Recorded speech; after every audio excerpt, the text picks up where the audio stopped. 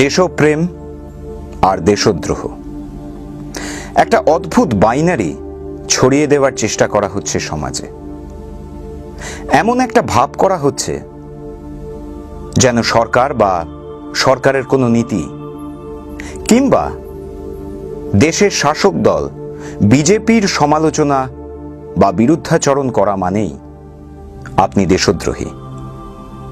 পথে ঘাটে সোশ্যাল মিডিয়ায় আপনাকে দাগিয়ে দেওয়া হচ্ছে, বলা হচ্ছে আপনি দেশদ্রোহী। কিন্তু এর নেপথ্যে রয়েছে বিরাট বড় একটা ইতিহাসকে ভুলিয়ে দেওয়ার চক্রান্ত। আজ স্বাধীনতা দিবসের সকালে আসুন আরো একবার ফিরে দেখা যাক ভারতের স্বাধীনতা সংগ্রামের ইতিহাসে কমিউনিস্টদের ঠিক কি ভূমিকা ছিল। আর সেই সঙ্গে এটাও একবার দেখে নেওয়া যাক আপনার দেশপ্রেমের লিটমাস টেস্ট নিতে আসা নাগপুরের হাফ প্যান্ট পরা সেই কাকু জেঠুরা অর্থাৎ সংঘ পরিবার, তাদেরই বা ভূমিকাটা ঠিক কি ছিল। নাগপুরের সেই পাঠশালারই কৃতি ছাত্র মাননীয় প্রধানমন্ত্রীর আজকাল খুব জোর দেশপ্রেম পেয়েছে, বড্ড জোর মহাত্মা গান্ধীও পেয়েছে।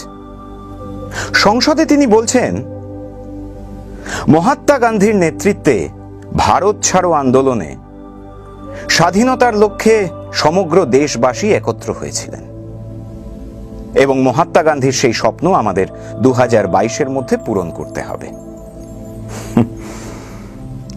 ডিয়ার প্রধানমন্ত্রী, আপনি বোধহয় ভুলে গেছেন মোহনদাস করমচাঁদ গান্ধীর বুকে ইতালিয়ান ব্যারেত্তা পিস্তলের 9mm bullet point blank range থেকে উপহার দিয়েছিল যে নাথুরাম গডসে, সে কিন্তু আপনারই আলমা মিটার আরএসএস এর সদস্য ছিল।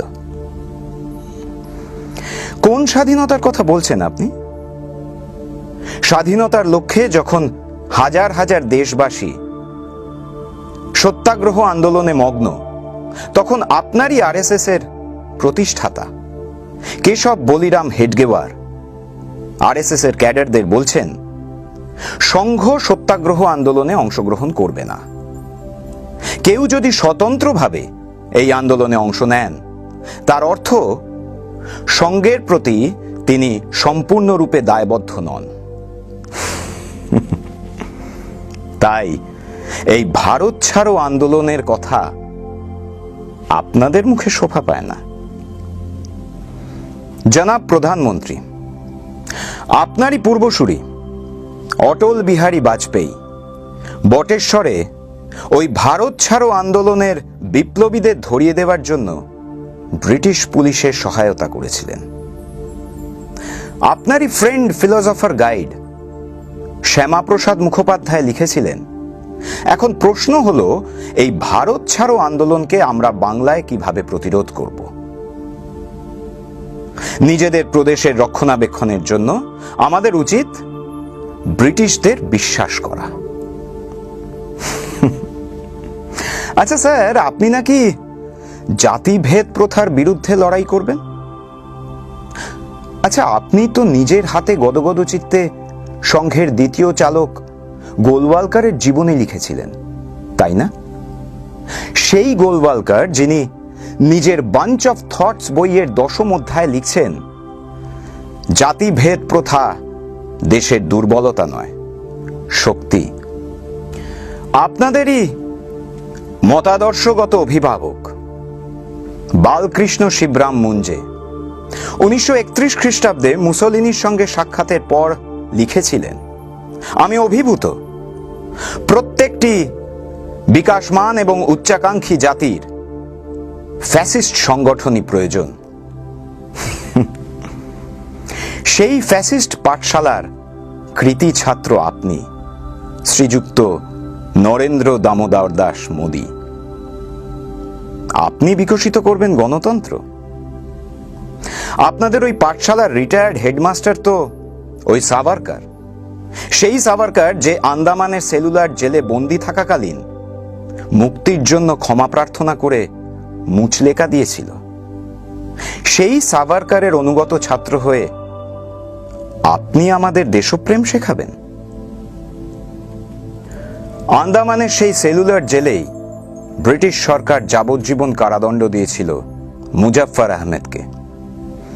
অকথ্য অত্যাচার করা সত্ত্বেও ব্রিটিশ সরকারের সঙ্গে বিন্দুমাত্র আপোষ করেননি কাকাবাবু, ভারতীয় কমিউনিস্ট পার্টির প্রতিষ্ঠাতা সদস্য।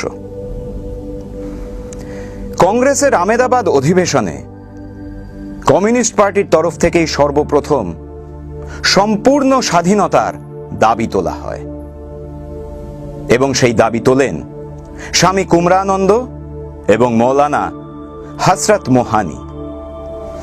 একদিকে একজন স্বামী, অপরদিকে একজন মৌলানা।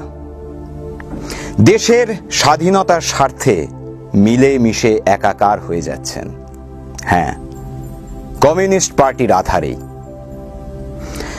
নেতাজির আজাদ হিন্দ ফৌজের নারী সংগঠনের ভারপ্রাপ্ত মন্ত্রী, ঝাঁসি রেজিমেন্টের লক্ষ্মী সাইগল বুক চিতিয়ে লড়াই করার পর বার্মা জেলে কারাদণ্ড হয়। না, তিনি কিন্তু কোনো স্বীকারোক্তি দেননি বা ধরিয়ে দেননি বিপ্লবীদেরও। তিনি আমাদের ক্যাপ্টেন। সুদীর্ঘ 17 বছর ব্রিটিশ পুলিশের গ্রেপ্তারি পরোয়ানা মাথায় নিয়েও যে মানুষটা কৃষক শ্রমিকদের একত্র করেছেন, রচনা করেছেন নৌবিদ্রোহের ব্লুপ্রিন্ট, তিনি আমাদের friend, philosopher and guide B. Ranadive.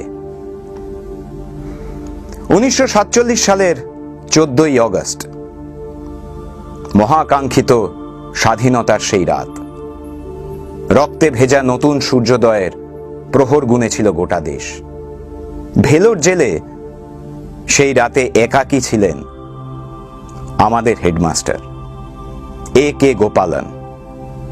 বিনিদ্র রজনীর শেষে ভোরবেলা ভেলোর জেলের বারান্দায় ইনকলাব জিন্দাবাদ ধ্বনিতে মুখরিত করার পর জেলের মধ্যেই জাতীয় পতাকা উত্তোলন করেন তিনি। অবশ্য এক চুটকি তিরঙ্গে কি কিমত আপ ক্যা জানো মোদি বাবু। স্বাধীনতার 52 বছর পরেও যে নাগপুরে আরএসএস এর হেডকোয়ার্টারে জাতীয় পতাকা উত্তোলন করা হয়নি, তাই না?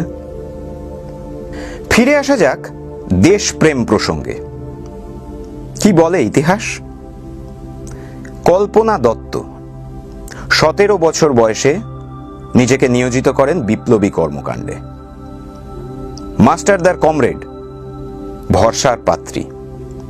1931 সালে জেলখানা উড়িয়ে 32 জন বন্দীকে মুক্ত করা থেকে শুরু করে চট্টগ্রাম অস্ত্রাগার লুণ্ঠন, সবেতেই থেকেছেন অগ্রণী ভূমিকায়। 1933 সালে গ্রেপ্তার হওয়ার পর তার 6 বছরের জেল হয়। জেল থেকে বেরিয়ে 7 দিনের মধ্যে তিনি কমিউনিস্ট পার্টির গণসংগঠনের সঙ্গে যুক্ত হন। আমৃত্যু পার্টির ওপরেই আস্থা রেখেছেন তিনি। অনন্ত সিংহ 1924 সালে অসহযোগ আন্দোলনে সক্রিয় ভূমিকা নেওয়ার পর প্রথমবার গ্রেপ্তার হন। 1946 খ্রিস্টাব্দে জেল থেকে মুক্তি পাওয়ার পর তিনি আসেন কমিউনিস্ট পার্টিতেই। অম্বিকা চক্রবর্তী প্রথমবার গ্রেপ্তার হন 1916-এ। চট্টগ্রাম অস্ত্রাগার লুণ্ঠনের অন্যতম নায়ক। 1946-এ জেল থেকে মুক্তি পাওয়ার পর চিরকাল আস্থা রেখেছেন বামপন্থী আন্দোলনে। গণেশ ঘোষ 1932-এ সেলুলার জেলে 14 বছরের কারাদণ্ড হয়। আগে না, সাভারকারের মতো মুচলেকা তিনি দেননি। উল্টে জেলের ভেতর বন্দীদের অধিকারের জন্য আমরণ অনশন শুরু করেন। 1946 খ্রিস্টাব্দে জেল থেকে ছাড়া পাওয়ার পর তিনি যোগ দেন সিপিআইয়ে। পরবর্তীতে বেলগাছিয়া বিধানসভা কেন্দ্র থেকে নির্বাচিত হন। সুবোধ রায় চট্টগ্রাম অস্ত্রাগার লুণ্ঠনের সর্বকনিষ্ঠ সদস্য। 1940 খ্রিস্টাব্দে জেল থেকে মুক্তি পাওয়ার পর তিনিও আস্থা রাখেন কমিউনিস্ট পার্টি অফ ইন্ডিয়ায়। ভারতের স্বাধীনতা সংগ্রামের এই গৌরবময় ইতিহাসকে ভুলিয়ে দেওয়ার চেষ্টা করা হচ্ছে শুধুমাত্র গোঁড়া হিন্দুত্ববাদের জমি প্রস্তুত করার জন্য। ব্রিটিশ ক্রনোলজার এডওয়ার্ড লো বলেছিলেন, যেদিন ভারতের হিন্দু, মুসলমান, খ্রিস্টান, শিখ, ব্রাহ্মণ, বৈশ্য, শূদ্র, রাজপুত সবাই একজোট হবে, সেদিন ইস্ট ইন্ডিয়া কোম্পানি ভারত ছাড়তে বাধ্য হবে।